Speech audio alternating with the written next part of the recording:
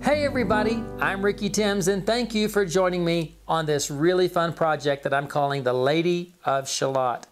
Now this is a 3-month project and it's not a big quilt, it's 42 inches. If you've never done a Rhapsody quilt, you're going to find out that even though it looks fairly complicated, the project is not as hard as you might think it is. And if you've not done it, you're going to learn some really cool techniques along the way.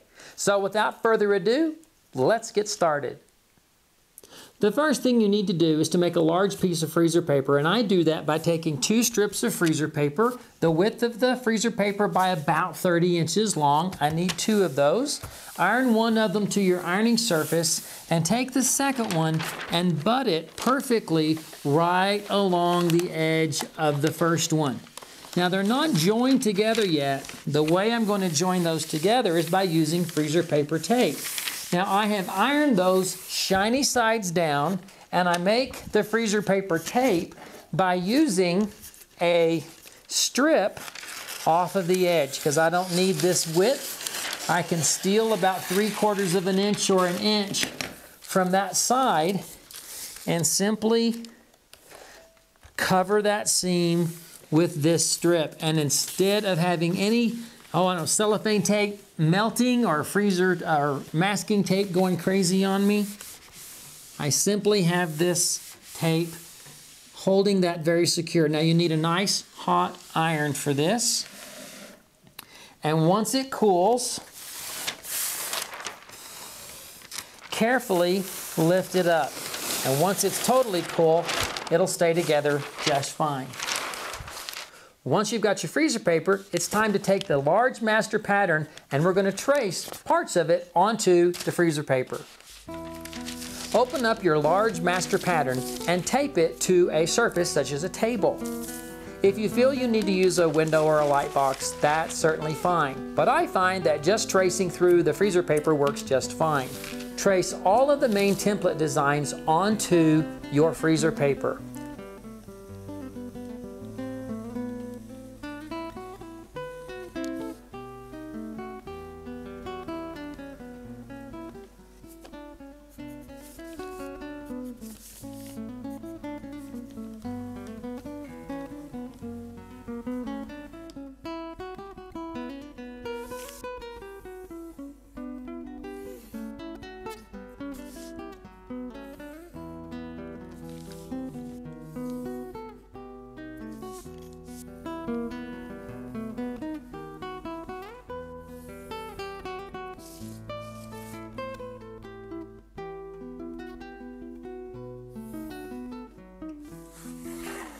On the A template, you'll see a lot of piecing lines.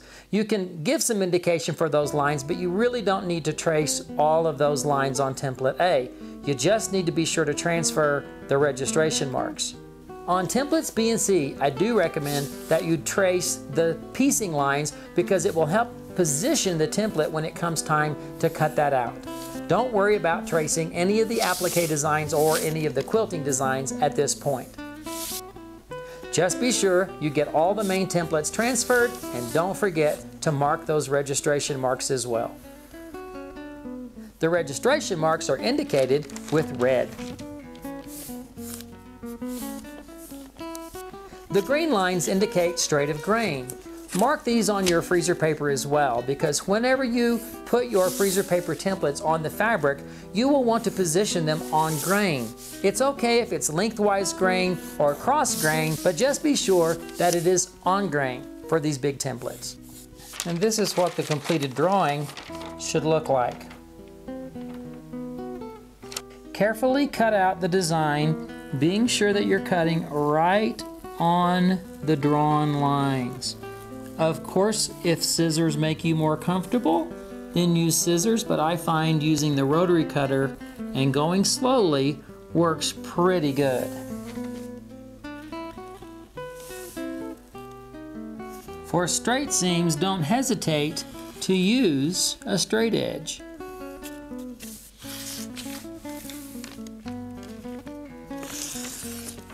On the G template, on the H and HR templates, be sure to write on the outside edge, add 3/4 inch. And on the J template, Be sure you do it on both outside edges. And one last tip, when you find your freezer paper is curling on you, just simply take it to your ironing surface, iron it down, it'll go flat, pull it up, and it'll be much flatter.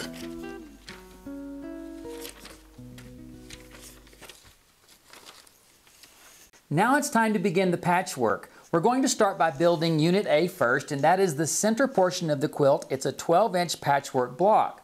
First, let's do a little bit of pre-patchwork. Using the instructions that are in your pattern, assemble the strips and the tiny squares all in a row so that you can simply chain piece all of those squares onto the ends of the appropriate strips. Then flip them to the other end and sew the squares on the other end. Now you can begin by simply taking the center square, the 2.5-inch square, and sewing the 2.5-inch logs from fabric 2 onto the fabric 1. Once you've done that, you'll simply sew them in the order that are in your instructions.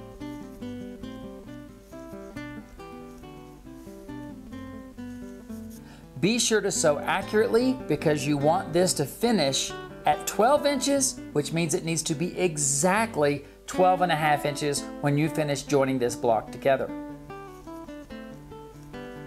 For Unit B, take the 4 strips that are required. I actually take all of them and lay them out in order so that I can chain piece them, but fold them in half because the center crease is what you need to align to be able to put these together. Once you have this sewn together, you can see how the template is going to ultimately fit onto that particular piece of patchwork.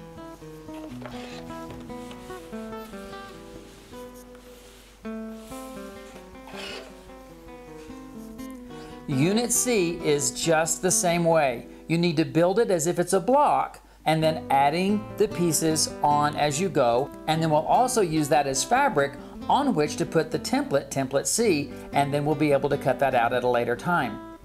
So getting that patchwork done is the next step of the project, and it's really not very much at all. Everything that you've just done is very traditional. As a matter of fact, it should feel very comfortable for most of you using your rotary cutter, ruler, and sewing with 1/4-inch seams. But that is the end of tradition because now we're going to go into something that's a lot more easy and really it's a lot more fun. I recommend that you begin now with template D and DR. Lay out the appropriate fabric on your ironing surface and press it flat, and then position the template on the fabric so that the grain lines are either cross grain or straight grain.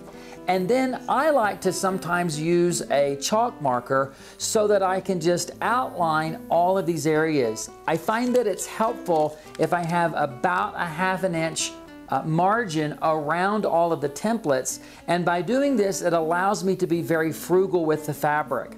I'm going to work on D and DR at the same time because it's the same fabric and there's 2 templates. I'm going to use each of those templates 4 times, so it's just easier for me to mark out the areas that I'm going to cut from and then do 1 from D and 1 from DR.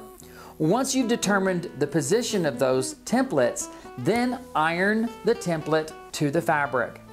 Once it is secure, then take your scissors and rough cut approximately a 1/2 inch all the way around the template.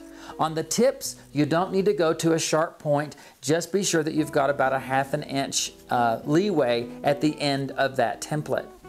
This method is what you will do for every template now on the quilt. Now it's time to stay stitch. Stay stitching is really a straight stitch, just stitching on the edge of the template. When you're stitching, do not penetrate the paper and actually do not touch the edge of the paper. You want your straight stitch to fall approximately somewhere between a 32nd and a 16th of an inch away from the edge of the paper. I like to call that a breath's distance. You may be able to use your center guide and move your needle position 1 or perhaps 2 to the right, depending on the machine that you've got. But it's really important that this stay stitching is accurate, and I like to say that it will feel as if there's space between the edge of the paper and the stitching line to add another line of stitching between. Be sure to stitch all the way around the templates. Only the outside templates will be templates where you don't stitch all the way around, and I'll talk about that in a minute. Sometimes I find students that do their straight stitch and it wants to gather or pull on them. That's because the tension is too tight. A straight stitch with good tension should not be pulling a single layer of fabric. So if necessary, loosen the tension so that it will sew properly along the edge of the freezer paper. Once the stay stitching is done, it's time to transfer the registration marks onto the seam allowance of the fabric. I like to use a regular school pencil. That's a number 2 for us here in the United States, and I think it's an HB for people other places around the world. But just use a regular pencil and transfer those into the seam allowance area. Then use your rotary cutter, or yes, you could use scissors, but trim slightly less than 1/4 inch from the edge of the paper. A slightly less than 1/4 inch seam allowance will make these curves sew together very easily. Once you have done the final trim around the template, remove the paper and put the background on your design wall. I find that building a Rhapsody quilt on a design wall is really helpful, and this project is not very big, so see if you can allocate a space and put up some flannel or some batting and use a design wall on this project. The only template on this project that you will not use 4 times is the center template, Unit A. Speaking of template A, I know that you were very careful to make a 12.5 inch unfinished block. Position the A template, which is a 12-inch square, onto your block, iron it down, and stay stitched just like you did all the other templates. Also, trim it to slightly less than 1/4 inch all the way around on each side, and transfer the registration marks. For the B template, position it on the fabric so that the seam lines are aligned with the marks on the template. Iron it, stay stitch. In this case, instead of registration marks, these 3 seam lines will be the registration marks.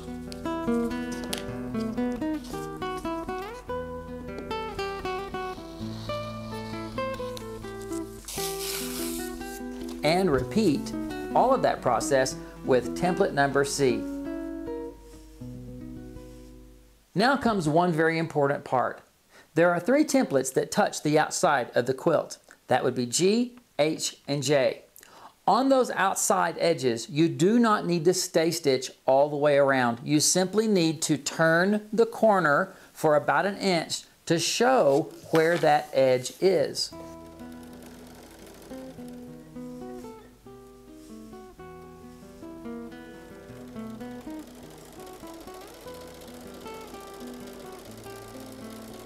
Also, instead of trimming the outside edge to a slightly less than 1/4 inch, that outside edge you want to leave 3/4 inch, so that when you put the binding on the quilt, you've got plenty of fabric to do that. Well, there you go. I told you that it was going to be easy, and we've had a great time this month. Can't wait to see you next month. You've got all your pieces done. Sit back and relax, because next month is applique.